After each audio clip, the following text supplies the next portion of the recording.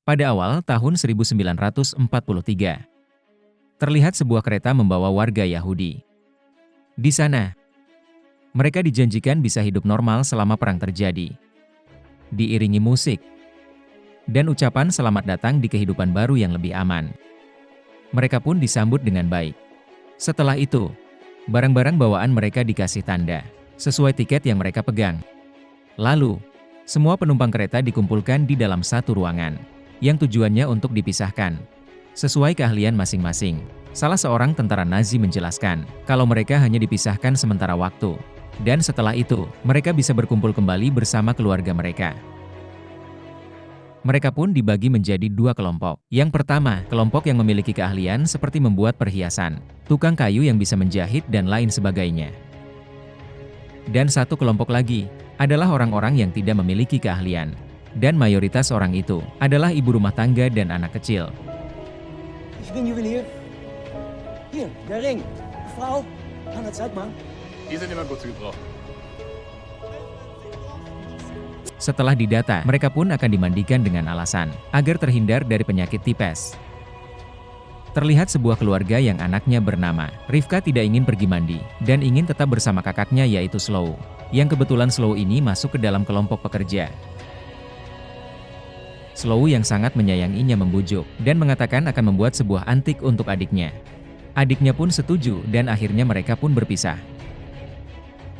Para perempuan pun mendapat jatah untuk mandi terlebih dahulu. Dan setelah sampai di ruangan mandi, ternyata yang keluar bukanlah air dan itu adalah gas beracun yang membuat mereka menjerit meminta tolong. Tapi teriakan mereka tidak dipedulikan oleh tentara Jerman, yang pada akhirnya mereka semua pun tewas di sana. Semuanya.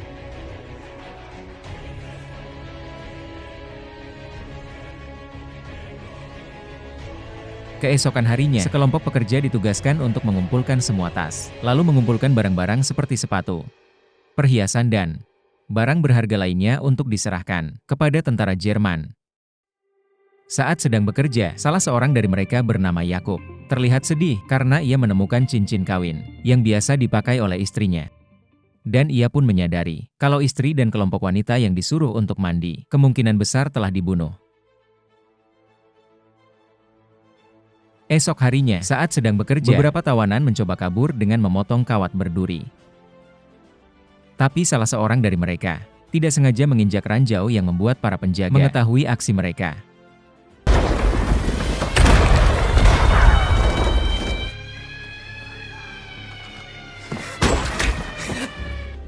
Para tentara itu pun langsung menembaki mereka, sampai semua tawanan yang mencoba kabur pun tewas di sana. Akibat dari kejadian tersebut, seluruh tawanan dikumpulkan dan dibariskan di lapangan.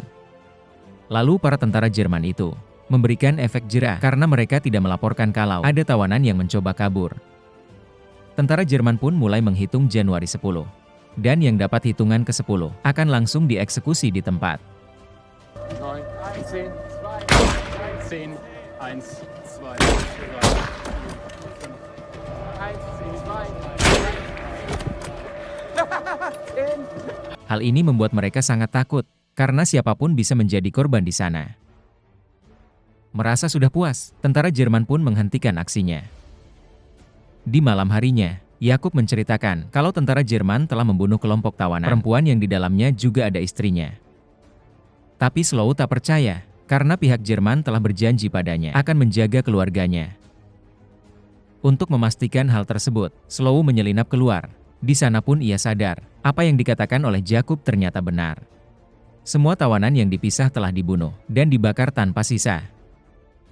Di hari berikutnya, salah seorang tawanan bernama Leo datang menghampiri tawanan lain bernama Sasa. Ia meminta Sasa untuk memimpin rencana pelarian mereka dari kamp tersebut. Ia berharap banyak kepada Sasa, karena Sasa adalah mantan tentara merah Rusia. Sementara itu, di bagian pengumpulan barang-barang berharga, salah seorang tawanan bernama John menemukan dompet kulit yang bagus. Seorang penjaga yang berada di sana sangat senang. Lalu ia menuangkan minum di gelas dan memberikannya kepada John. Namun John menolak karena ia adalah seorang Yahudi, dan agamanya melarang untuk meminum minuman beralkohol. Melihat penolakan itu, penjaga menjadi sangat marah lalu memberikan hukuman 25 cambukan.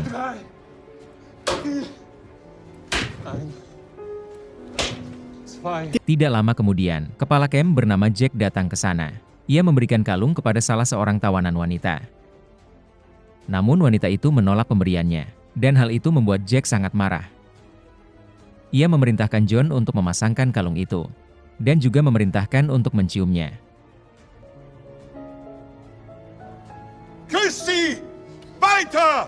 Weiter! Jack yang masih emosi bercerita kalau dulu, ia pernah mencintai dan berpacaran dengan salah seorang gadis Yahudi. Tapi ayahnya tidak menyetujui kalau ia berhubungan dengan gadis Yahudi, dan akhirnya mereka pun berpisah. Tapi tak berselang lama, tiba-tiba Jack berhenti karena tidak sengaja Sasa melihatnya dari jendela. Tidak terima dengan cara Sasa memandangnya, ia pun mendatangi Sasa yang sedang bekerja. Lalu memerintahkannya untuk memotong tunggul kayu dalam waktu 5 menit. Kalau dalam 5 menit tak terpotong, maka salah seorang tawanan di sana akan ditembak secara acak. Mendengar itu, tawanan lainnya hanya diam dan menunduk ketakutan. Саша, надо просто Beruntungnya, Sasa bisa memotong tunggul tersebut dalam waktu 4,5 menit.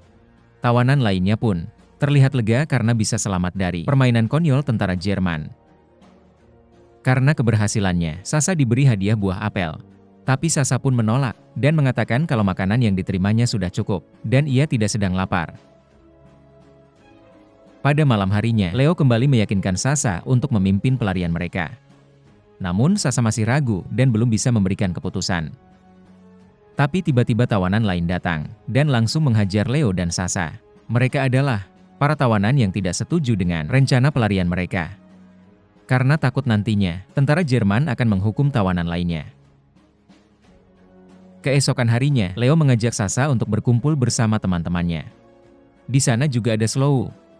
Slow menceritakan kalau Nazi telah membunuh kelompok yang tidak mempunyai keahlian, dan itu termasuk adik dan kedua orang tuanya. Dan hari ini Nazi juga sudah membakar lebih dari 100 orang. Slow mengetahui hal itu, karena ia diperintahkan membuat perhiasan dari gigi emas para tawanan yang telah dibakar tersebut. Mendengar cerita itu pun, membuat Sasa semakin memikirkan keputusannya untuk bergabung dalam misi pelarian tersebut. Keesokan harinya, sebuah kereta datang dan para tahanan diperintahkan untuk menurunkan muatan dari kereta tersebut. Ketika pintu kereta dibuka, sebuah pemandangan mengerikan yang membuat mereka gemetaran. Ternyata kereta itu membawa begitu banyak mayat yang sudah mulai membusuk. Mereka pun diperintahkan untuk menurunkan mayat-mayat tersebut. Ketika menurunkan mayat-mayat itu, Sasa menemukan seseorang yang masih hidup. Ia pun memanggil Leo untuk menerjemahkan ucapan tawanan tersebut.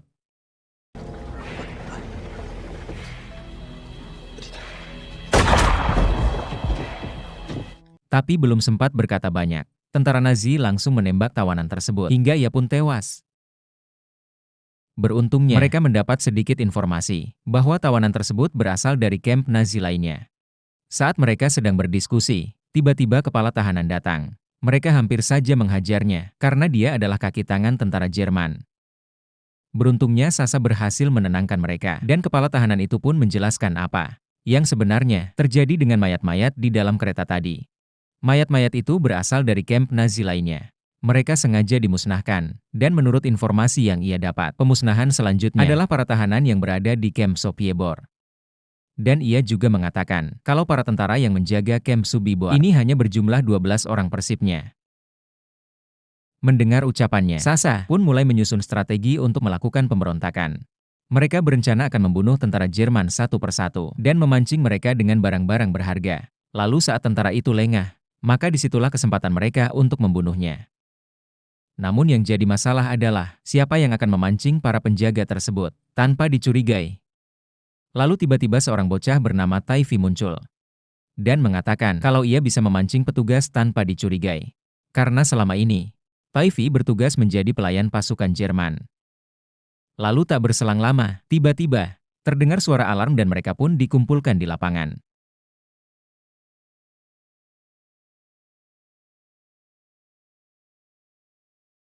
Mereka sangat takut karena ada sekelompok tentara Jerman datang dengan senjata lengkap dan memakai masker. Para tentara itu menyuruh mereka untuk berlutut. Dan hal ini membuat Sasa dan yang lainnya semakin takut karena di antara mereka bisa saja ditembak mati. Para tentara itu pun bersiap dan langsung menembakkan senjatanya.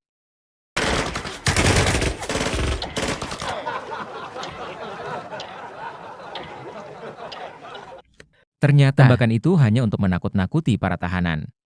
Tentara Jerman pun tertawa begitu puasnya ketika melihat wajah ketakutan para tahanan. Lalu di malam harinya, tentara Jerman berpesta sambil bermabuk-mabukan.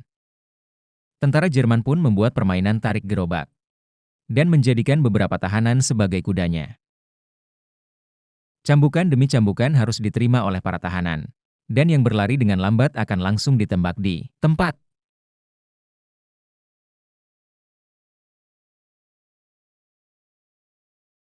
Mereka juga menembaki para tahanan secara acak demi kepuasan mereka.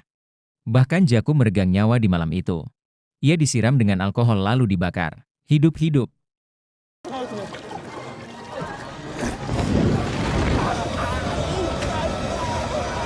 Malam itu adalah malam yang sangat menakutkan bagi para tahanan. Setelah selesai berpesta, para tahanan pun diperintahkan untuk memindahkan jasad teman-temannya yang masih bergeletakan di tengah lapangan. Lalu salah seorang perempuan bernama Rebecca mencoba menolong Sasha yang tak sadarkan diri akibat cambukan yang diterimanya. Rebecca pun tak kuasa menahan tangis. Lalu tidak berselang lama, Sasha berhasil siuman, dan ia pun berhasil selamat dari malam yang menakutkan itu. Keesokan harinya, mereka mulai menjalankan rencana pemberontakan. Taifi yang bertugas memancing tentara Jerman mulai melakukan tugasnya dengan mengajak salah seorang tentara Jerman masuk ruangan jahit untuk diberikan sebuah jaket kulit yang bagus. Ja, genau. Ja. Ja. Taifi pun kembali memancing seorang tentara lainnya untuk mencoba jaket kulit di ruangan menjahit. Saat sedang mencoba, tentara itu pun mendapat pukulan yang membuat ia tersungkur dan tak sadarkan diri.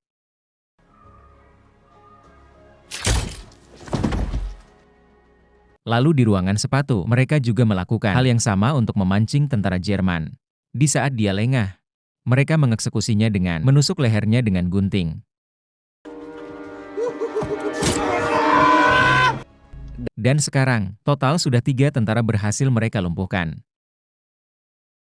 Beberapa saat kemudian, Slow masuk ke ruang penjaga. Niat Slow untuk menghabisinya, tidak sedikit pun dicurigai oleh tentara itu.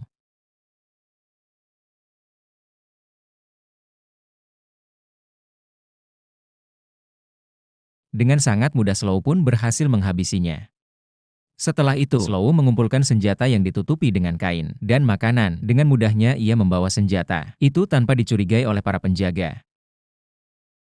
Tiba-tiba terdengar suara alarm. Ternyata Jack menyadari ada yang tidak beres karena beberapa anak buahnya telah menghilang. Tidak lama kemudian, para tahanan pun dikumpulkan di lapangan. Dan ia bertanya kepada mereka, kenapa para penjaga lainnya tidak terlihat? Ia curiga kalau tawanan telah merencanakan sesuatu. Tapi saat ia sedang menanyai mereka, tiba-tiba terdengar suara tembakan. Wo sind alle? Tembakan dari Slow berhasil menjatuhkan Jack. Tapi ketika melihat atasannya tertembak, para penjaga pun menembaki Slow yang telah diketahui posisinya. Melihat ada kesempatan, Sasha mengeluarkan pistol dan menembaki petugas yang sedang sibuk menembaki Slow.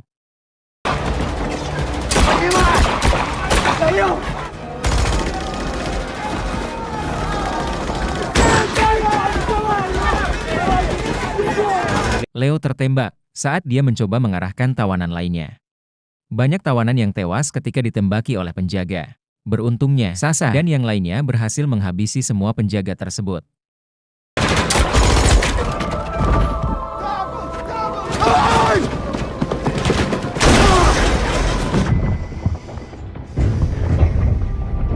Jack yang melihat semua tahanan kabur tidak bisa berbuat apa-apa lagi. Tapi setelah berhasil keluar dari camp, kini mereka harus berjuang dari ranjau darat yang bisa saja meledakkan mereka.